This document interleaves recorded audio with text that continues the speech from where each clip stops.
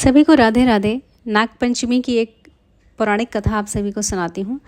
एक बार राक्षसों और देवताओं ने मिलकर समुद्र मंथन किया। उस समय समुद्र से अतिशय श्वेत उच्चैश्रवा नाम का एक अश्व निकला। उसे देखकर नाग माता कद्रू ने अपनी सौत विंता से कहा कि देखो, ये अश्व श्वेत वर्ण का है, परंतु इसके बाल काले दिख पड़ते हैं। तब विंता ने कहा, न तो ये अश्व न तो श्वेत है, न काला और न लाल।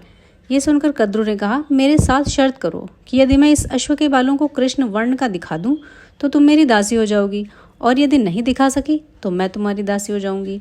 विनता ने ये शर्त स्वीकार कर ली। दोनों क्रोध करती हुई अपने अपने स्थान को चली गईं।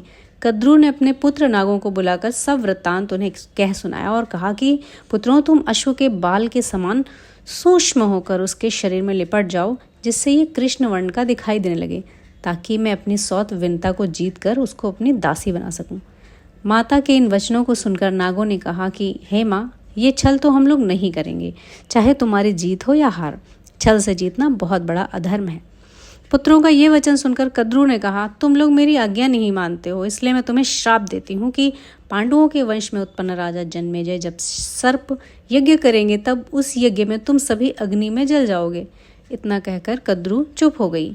नागगण माता का शाप सुनकर बहुत घबराए और वासुकी को साथ में लेकर ब्रह्मा जी के पास पहुंचे तथा ब्रह्मा जी को अपना सारा वृत्तांत कह सुनाया। इस पर ब्रह्मा जी ने कहा कि वासुके, चिंता मत करो, मेरी बात सुनो। यायावर वंश में बहुत बड़ा तपस्वी जरत्कारु नाम वाली बहन का विवाह कर देना और वह जो भी कहे उसका वचन स्वीकार करना। उसे आस्तिक नाम का विख्यात पुत्र उत्पन्न होगा। वो जन्मेजय के सर्प यज्ञ को रोकेगा और तुम लोगों की रक्षा करेगा।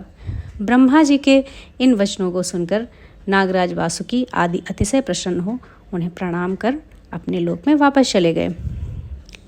और फिर जब राजा जन्मेजय ने यज्ञ किया तो ये बात श्री कृष्ण भगवान भी युधिष्ठिर से कहे थे कि राजन, आज से 100 वर्ष के बाद जब सर्प यज्ञ होगा, इसमें बड़े बड़े विषधर और दुष्ट नाग नष्ट हो जाएंगे। करोड़ों नाग जब अग्नि में दग्ध होने लगेंगे तब आस्तिक नामक ब्राह्मण सर्प यज्ञ रोककर नागों की रक्षा करेगा। ब्रह्मा जी ने पंचमी के दिन वर दिया था और आस्तिक मुनि ने पंचमी को ही नागों की रक्षा की थी।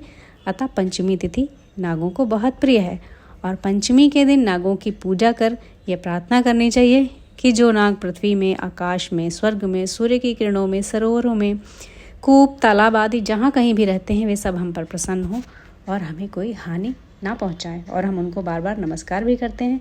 और बहुत से लोग सर्पों को दूध भी पिलाते हैं आज के दिन और सर्पों को दूध से नहलाते भी हैं, क्योंकि कहते हैं कि जब जन्मेजय के यज्ञ में नाग जले थे तो उनको बड़ी पीड़ा हुई थी, तो इसलिए उन पर जब ठंडा दूध डाला जाता है, नहलाया जाता है, तो उनकी पीड़ा कम होती है।